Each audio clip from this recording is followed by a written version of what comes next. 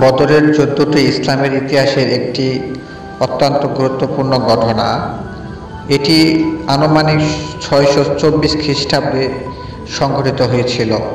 তোমরা কি এই যুদ্ধ সম্পর্কে কিছু জানো? হ্যাঁ চাচা, আমি কিছুটা জানি। বদরের যুদ্ধটি মুসলিম ও কুরাইশ বাহিনীর মধ্যে সংঘটিত হয়েছিল। মুসলিম বাহিনীর নেতৃত্বে ছিলেন স্বয়ং হযরত মুহাম্মদ সাল্লাল্লাহু আলাইহি ওয়াসাল্লাম। এই যুদ্ধ মুসলিমরা সংখ্যা কম হওয়া সত্ত্বেও বিজয় হয়েছিল। চাচা, মুসলিমরা সংখ্যায় কম ছিল, তাহলে তারা কিভাবে জিতল? ভালো প্রশ্ন করেছ।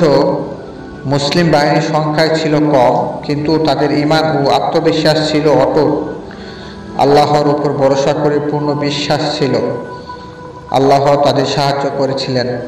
এই যুদ্ধে ফেরেশতারা মুসলমানদের পক্ষ যুদ্ধ করেছিল বলে কোরআনে উল্লেখ করা হয়েছে।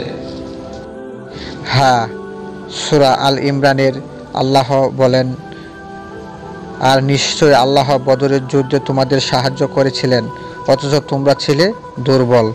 সূরা আল ইমরান আয়াত 130। চাচা, এই যুদ্ধের ফলাফল কি ছিল? এই যুদ্ধের ফলাফল ছিল অতি গুরুত্বপূর্ণ। মুসলমানদের বিজয় তাদের আত্মবিশ্বাস বাড়িয়ে দিয়েছিল এবং ইসলামের প্রচার ও প্রসারে সাহায্য করেছিল। এই যুদ্ধের মাধ্যমে মুসলিমরা মক্কা কুরাইশদের শক্তি সম্পর্কে সচেতন ছিল এবং তাদের অবস্থা দৃঢ় করেছিল।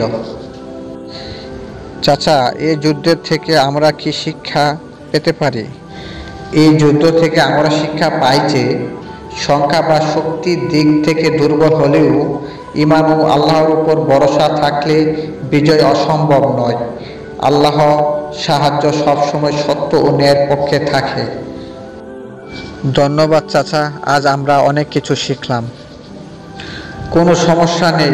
ইসলামের ইতিহাস জানা ও তা থেকে শিক্ষা নেওয়া আমাদের জন্য অত্যন্ত গুরুত্বপূর্ণ।